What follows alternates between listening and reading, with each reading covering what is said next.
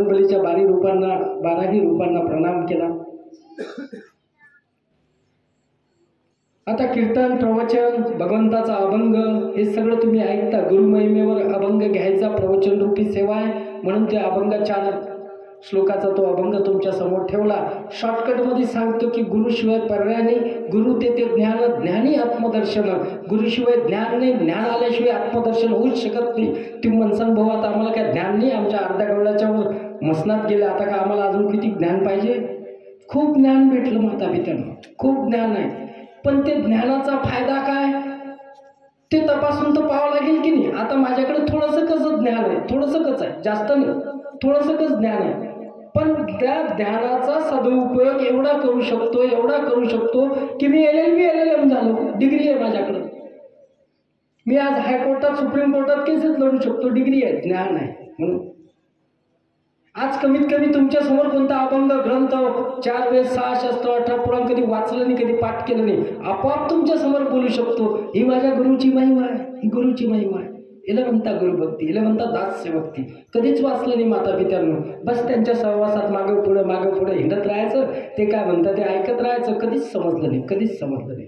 फक्त एकदा माझ्या गुरु महाराजांनी माझ्याकडून एक श्लोक पाठ करायला लावला, मला फक्त एक श्लोक, तो बी येत नव्हतं, संस्कृतचा माझा काही संबंध नाही। सगळ्यात ठस विद्यार्थी मी, 10वी मध्ये फेल झालेला विद्यार्थी तुमच्या समोर उभा। इंग्रजी लिहिता वाचता येत नव्हतं 10वी पर्यंत, असा मी विद्यार्थी।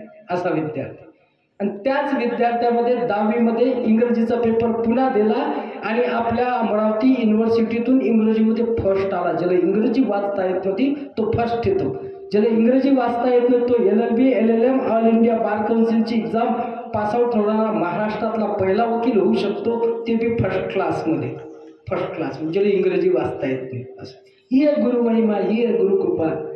आले देवा ज्याच्या मनात येते कोणाचे काय चालले, या पद्धतीनं गुरुची महिमा असते, म्हणून गुरु असणं खूप गरजेचं आहे।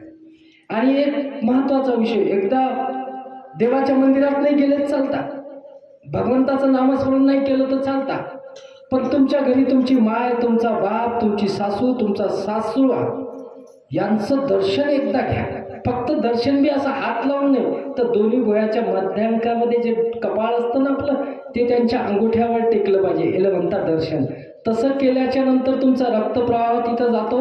पहिली गोष्ट हार्ट अटॅक वगैरे येत नाही, दुसरी गोष्ट महत्त्वाची म्हणजे तुमचा अहंकार निघून जातो, अहंकार।